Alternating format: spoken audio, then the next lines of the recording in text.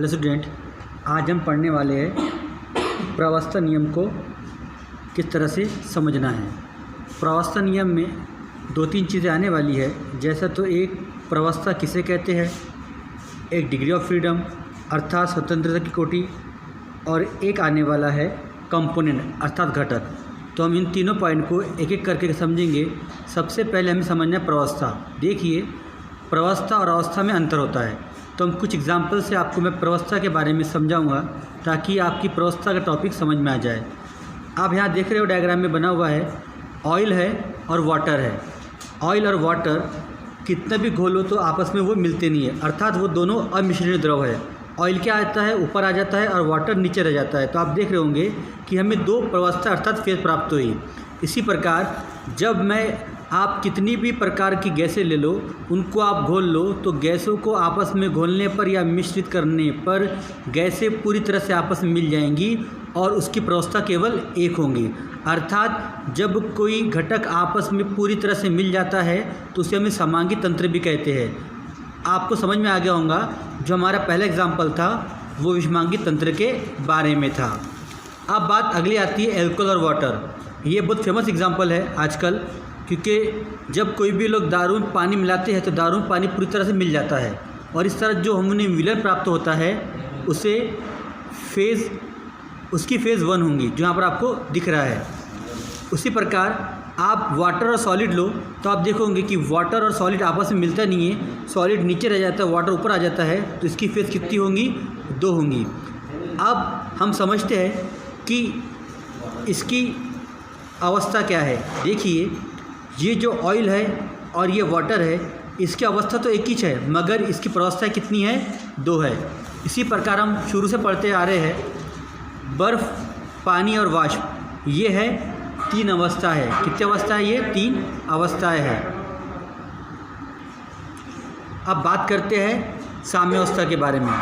Water को ठंडा करने पर आइस बनता है और आइस को ठंडा करने पर वाटर बनता है। ये जो अवस्था है ये साम्य अवस्था है। इसी प्रकार A+B से बनता है C+D और C+D से बनता है A+B। ये भी क्या है, साम्य अवस्था है। अब 2 प्रकार के तंत्र होते हैं, एक समांगी तंत्र होता है और एक विषमांगी तंत्र होता है। तो हमें ये तंत्र समझना इसलिए ज़रूरी है जो कि जो प्रावस्था के नियम हैं वो केवल विषमांगी तंत्र पर ही लागू होगा। तो आप देखिए, अगर मैं नमक को पानी में घोलूँ तो नमक पानी पूरी तरह घुल जाएगा और जो विलयन बनेगा वो समांगी तंत्र का एग्जाम्पल होगा।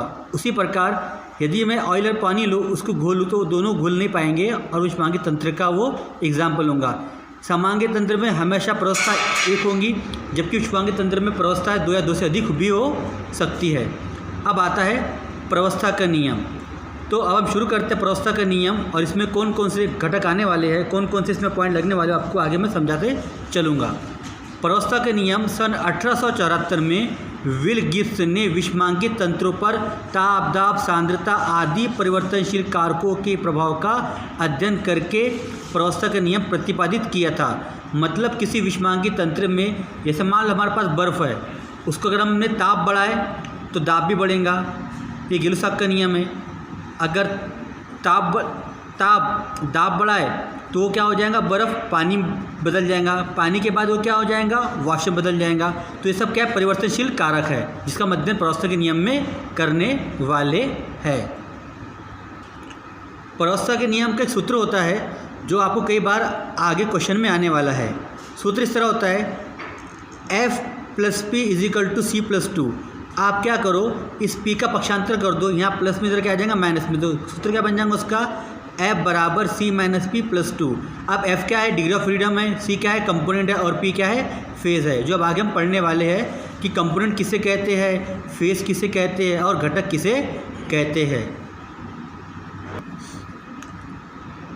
F मीनिंग होती है डिग्री ऑफ फ्रीडम, इसे हिंदी में कहते हैं स्वतंत्रता की कोटि। P मतलब होता है फेज़, जिसे हम कहते हैं प्रावस्था। C मतलब होता है कंपोनेंट, जिसे कहते हैं हम घटक की संख्या। अब फेज़ क्या है, इससे पहले मैंने आपको जो पहले बताया था, सबसे पहले मैंने आपको फेज़ ही समझा के दिया था। किसी विषमांगी तंत्र के भौतिक रूप से भिन्न यांत्रिक विधियों द्वारा पृथक किया जा सकने वाला एवं सुस्पष्ट सीमायुक्त अंग को प्रावस्था कहते हैं। आप यहाँ देखिए, ये ऑयल और वाटर है। ये क्या विषमांगी तंत्र का उदाहरण है, क्योंकि दोनों आपस में पूरी तरह घुल नहीं पाते हैं।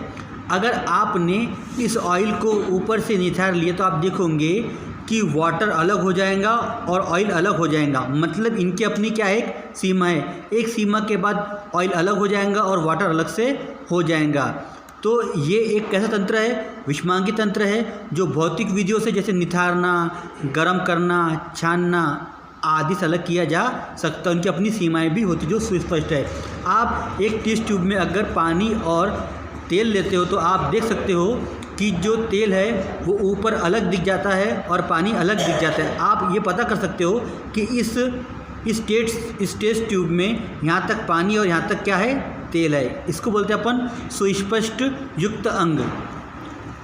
अब कुछ बातें आप ध्यान दीजिए, गैसों के मिश्रण में हमेशा फेज एक होंगी और मिश्रण द्रव जैसे पानी और एल्कोहल, दूध और पानी, इसकी फेज एक होंगी, शक्कर और पानी, इसकी फेज भी एक होंगी। जितनी की भी फेज एक होती है वो सब समांगी तंत्र होता है। इसलिए हमारा जो फेज रूल है वो केवल विषमांगी तंत्र पर लागू होगा। अब हम पढ़ते हैं नंबर 2 पॉइंट, घटक। तो किसी तंत्र के घटक स्वतंत्र चर अवयवों की वह छोटी से छोटी संख्या जिसके द्वारा प्रत्येक प्रावस्था का संगठन या तो प्रत्यक्ष या समीकरण रूप से व्यक्त किया जा सके उसे घटक कहते हैं। यहाँ चर वर्ड इसलिए यूज़ किया गया है, ये एक क्या होती है, परिवर्तनशील होता है। जैसे आपने बर्फ़ लिए, उसको गर्म किए तो वो द्रव बन गया और गर्म किए तो वाष्प बन गया। मगर आप समझ रहे हो जो बर्फ़ है वह भी H2O है, जो द्रव है वो भी H2O है और जो वाष्प है वो भी H2O है। अर्थात इन तीनों के लिए अगर पूछा जाए तो घटक कितना होगा, तो घटक कितना होगा, एक ही होगा। अर्थात जल तंत्र में C का मान हमेशा एक होता है। अब बात आती है स्वतंत्रता की कोटि, ये आखिरी पॉइंट है।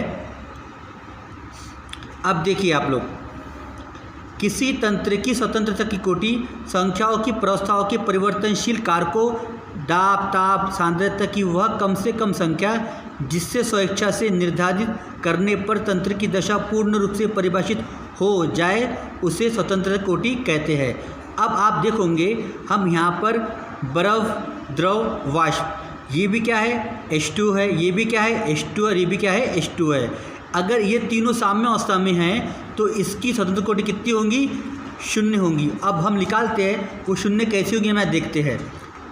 आप देखिए सूत्र होता है F बराबर C माइनस P प्लस 2। जो C है वो घटक है। मैंने आपको इससे पहले एग्जाम्पल लिए थे हमने जल तंत्र में कि जल तंत्र क्या होता है, घटक तंत्र होता है, क्योंकि जो जल है वह बर्फ है, वही क्या है, द्रव है, और वही क्या है, वाष्प या गैस है। तो हमारा C का मान कितना आ जाएगा, 1 आ जाएगा। और P क्या होती है, इसमें 3 प्रावस्थाएं होती है, ठोस, द्रव, गैस। ये कौन सी प्रावस्था है, ठोस प्रावस्था है। ये कौन सी प्रावस्था है, द्रव प्रावस्था है। ये कौन सी प्रावस्था है, गैस। तो प्रावस्था कितनी हो जाएंगी, 3 हो जाएंगी। और यहाँ पर जो फार्मूले में 2 है, यहाँ 2 लगा देंगे तो आप देखिए कि 1 - 3 - 2 + 2, तो ये कट गया। अर्थात F बराबर क्या आ गया, 0 आ गया। तो इसको हम बोलेंगे कि अगर जल तंत्र में बर्फ, जल और वाष्प तीनों साम्य अवस्था में होंगी तो उसके लिए स्वतंत्र कोटि कितनी होंगी, 0 होंगी। घटक कितना होगा, 1 होगा। और फेस कितनी होंगी, 3 होंगी। तो इस तरह से हमने आज प्रावस्था के नियम की खोज किसने की थी, कब की थी, इसे कैसे लागू करते हमने इसको आज समझ लिया है। कल से आपको मैं एक एक करके IMP क्वेश्चन क्लियर करते जाऊंगा, मगर सबसे पहले आपको क्वेश्चन पढ़ना बहुत ज़रूरी है। इसी के आधार पर सभी घटक तंत्र आसानी से आप समझ सकते हो। गुड बाय, टेक केयर, घर में